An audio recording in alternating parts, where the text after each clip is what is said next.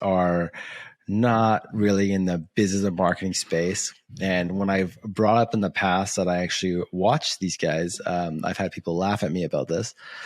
So my favorite creators right now, I'd have to say, are the Nelk Boys, and they are pure entertainment. Okay. But as a marketing professional, when I watch them, I don't even know if they realize how good they are at marketing. I think they're just kind of doing their thing, but they definitely, over the years, I think they've acquired some people on their team that have really helped them out. And I'm going to pull this up over here on the screen. So I have been watching the Nelk Boys since they had maybe like 3,000 subscribers. I remember when my son was first born, I used to like feed him milk, and I'd be watching Nelk Boys doing pranks in Ontario because I'm Canadian and they were Canadian, and I loved watching prank videos on YouTube. And I remember, people would be like, "Why are you watching this? Like, you're an adult." Like, because they were just doing the most immature pranks. And I just like, to me, I just wanted something that was like not business, like I'm just kind of relaxing. I want something funny, whatever. And their pranks were just completely stupid. But I could always imagine like, if we had YouTube when we were young, like I could totally see me and my friends doing stuff like this. And I think that's what it was. But they got so big now. I don't even know how many subscribers they're at right now.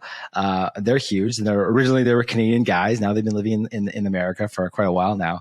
But just last week, they got Donald Trump on their podcast, which I think is huge. So they started this podcast just a few months ago. I remember when they started the podcast, they were like, we're going to be the number one podcast. And to me, I was kind of like, that was like an ambitious goal. I didn't really think they're going to become like the number one, podcast in like all categories. But they really did it in just a few months by getting some really high level. I think one of their first people that they got on the show was Donald Trump Jr. But now getting Donald Trump on, and the podcast was funny because it was not like, Donald Trump usually is getting interviewed and talking about some serious issues or whatever, but they were just like, asking him like what his favorite song was when he DJs and whatever. And I think one of the other guys, Steve, he was just in the corner laughing the whole time. It looked like he was on mushrooms. He was just laughing. And you see this moment where Donald Trump looks over at him and he's like, this guy's probably on drugs. I'm going to ignore him, like you got to see him but then like during the podcast, Donald Trump says that this is going to get taken down off of YouTube. And they're like, nah, like you haven't said anything kind of, anything crazy. He's like, no. He's like, this will get censored. And they later on mentioned that they got 5 million views in under 24 hours, and then YouTube took it down, which is crazy. And so now it's like on their website, you can get it on Spotify still. It's still everywhere else, right? So it's not like it's like off the internet. All the clips are still on their YouTube, their Full Send Podcast YouTube channel. But it was weird that even got censored. I guess Donald Trump is just getting censored no matter what he says. I don't know what the deal is there. But just watching these guys and what they've been doing, I would like to kind of cover and diagnose a bit more about their marketing. I think they're doing a lot of things really well.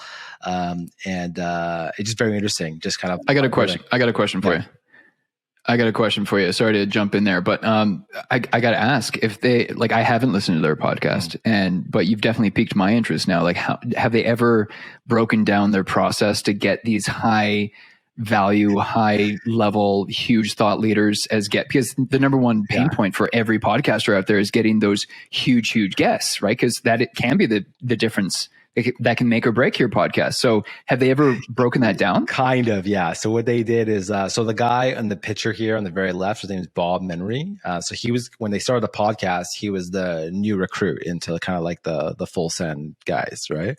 And I don't know his whole story, but I think he's like a sports broadcaster or something. I checked out his Instagram. He's got a good radio voice, let's say, right? So they are sometimes kind of something that we're working on. Yeah. So they sometimes tease each other about like who gets the best guests on, right? So Bob says that he just like sending DMs on Instagram, I suppose, all these like big people. But because I guess he's a little bit popular and so on, so he might actually get a response, or he'll DM one person, say, can you help me get this person on?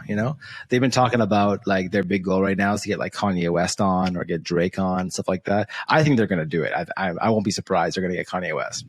Right. But I mean, now that they got Trump, like Trump is like, pretty big. I don't know, you get Trump, you get like Elon Musk, those are like the really big names that you can get on your show. So, But yeah, I always thought that was kind of funny how they kind of like tease each other about who gets the best guests or whatever. And then they're talking about just kind of sliding into the DMs and doing it that way. So, which I think is really the best way. It's just, you got to ask, I mean, yeah, you just got to, before when I was